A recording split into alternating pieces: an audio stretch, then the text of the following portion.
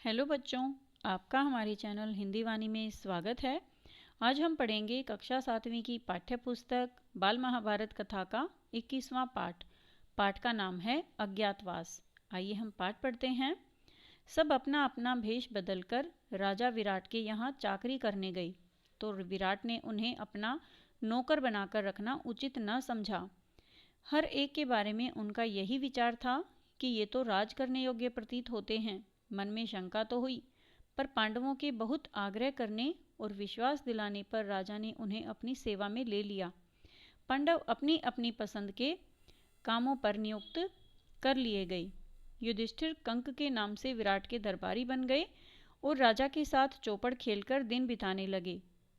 भीमसेन वल्लभ के नाम से रसोइयों का मुखिया बनकर रहने लगा। वह कभी कभी मशहूर पहलवानों से कुश्ती लड़कर या हिंसक जंतुओं को वश में करके राजा का दिल बहलाया करता था।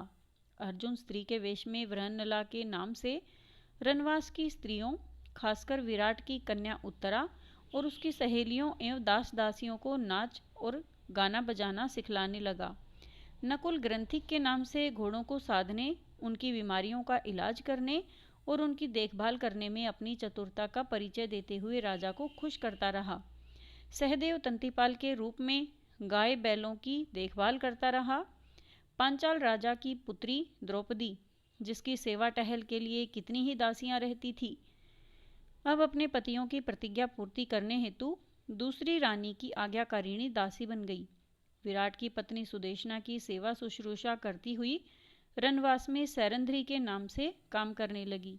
यानी पांचों पांडव रूप बदलकर, अपना भेष बदलकर विराट राजा के यहाँ अलग अलग प्रकार के कार्य करने लगे। रानी सुदेशना का भाई कीचक बड़ा ही बलिष्ठ और प्रतापी वीर था।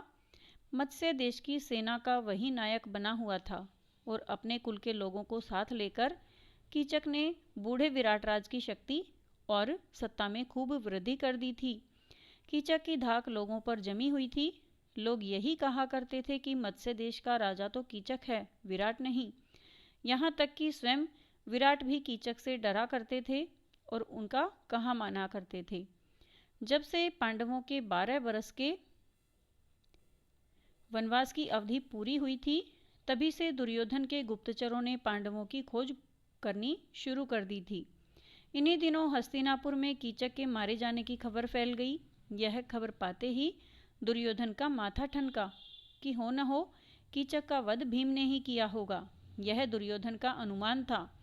उसने अपना यह विचार राजसभा में प्रकट करते हुए कहा, मेरा ख्याल है कि पांडव विराट के नगर में ही छिपे हुए हैं। मुझे तो यही ठीक लगता है कि मत्स्य देश पर हमला कर देना चाहिए।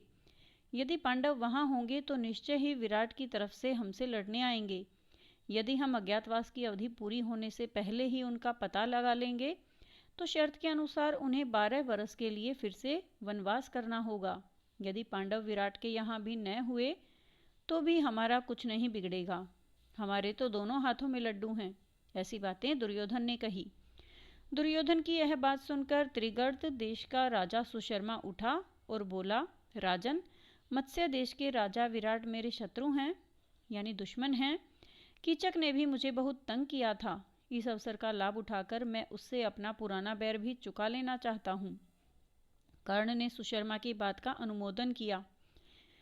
फिर सबकी राय से यह निश्चय किया गया कि विराट के राज्य पर राजा सुशर्मा दक्षिण की ओर से हमला करें और जब राजा विराट अपनी सेना लेकर उसका मुकाबला करने जाए, तब ठीक इसी मौके पर उत्तर की ओर से दुर्योधन अपनी सेना लेकर अचानक विराट नगर पर छापा मार दे। इस योजना के अनुसार राजा सुशर्मा ने दक्षिण की ओर से मत्स्य देश पर आक्रमण कर दिया। मत्स्य देश के दक्षिणी हिस्से पर त्रिगर्त राज की सेना छा गई और गायों के झुंड सुशर्मा की सेना के कब्जे में आ गई। कंक यानी युधिष्ठिर ने विराट को सांत्वना देते हुए कहा, राजन, चिंता न करें, मैं भी अस्त्र विद्या सीखा हुआ हूँ। मैंने सोचा है कि आपके रसोइये वल्लभ, अश्वपाल ग्रंथिक और तंतिपाल भी बड़े कुशल योद्धा हैं। मैं कवच पहनकर रथारूढ़ होकर युद्ध क्षेत्र में जाऊंगा।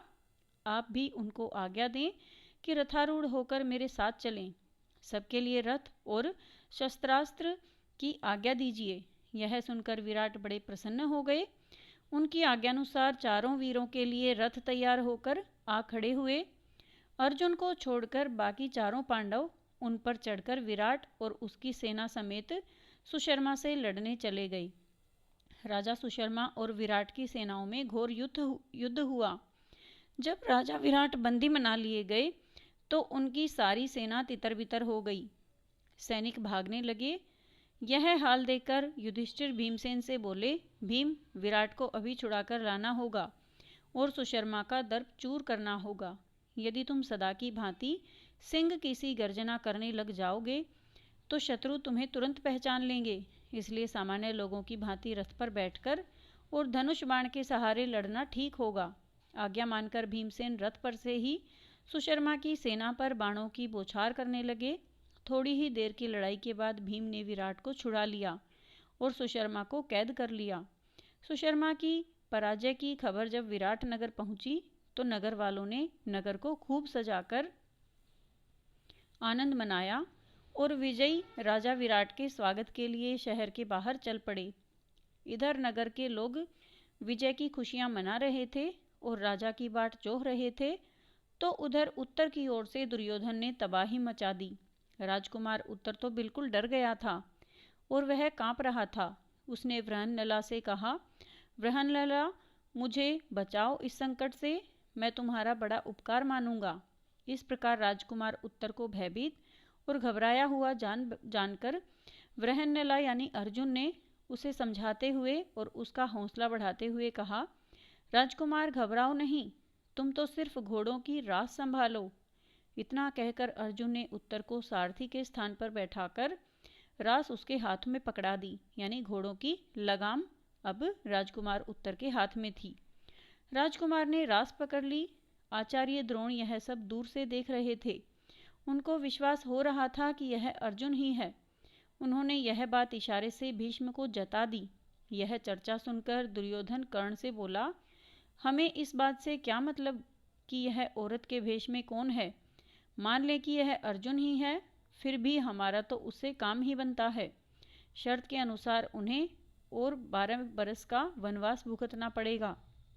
अर्जुन ने कौरव सेना के सामने रथ लाकर खड़ा कर दिया। उसने गांडीव संभाल लिया और उस पर डोरी चढ़ाकर 3 बार जोर से टंकार की। कौरव सेना टंकार ध्वनि से सचेत होने भी नहीं पाई थी कि अर्जुन ने खड़े होकर शंख की ध्वनि की, जिससे कौरव सेना थर्रा उठी। उसमें खलबली मच गई कि पांडव आ गए। यानी जब अर्जुन ने शंख बजाया तो उसकी आवाज़ सुनकर सबको पता चल गया कि अब पांडव आ गए हैं। बच्चों, इस पाठ में हमने समझा कि किस प्रकार राजा विराट के यहाँ 5 पांडव तथा रानी द्रौपदी अलग अलग रूप बनाकर अलग अलग कार्य करने लगे और किस प्रकार से उन्होंने विराट नगर की रक्षा की राजा सुशर्मा से और दुर्योधन से। अगले भाग में हम इस पाठ से लिए गए अभ्यास के प्रश्नोत्तर पढ़ेंगे। यदि आपको यह वीडियो अच्छा लगा तो आप इसे अपने दोस्तों के साथ ज़रूर शेयर करें। यदि आपके पास कोई सुझाव है तो हमें कमेंट करके ज़रूर बताएं। धन्यवाद।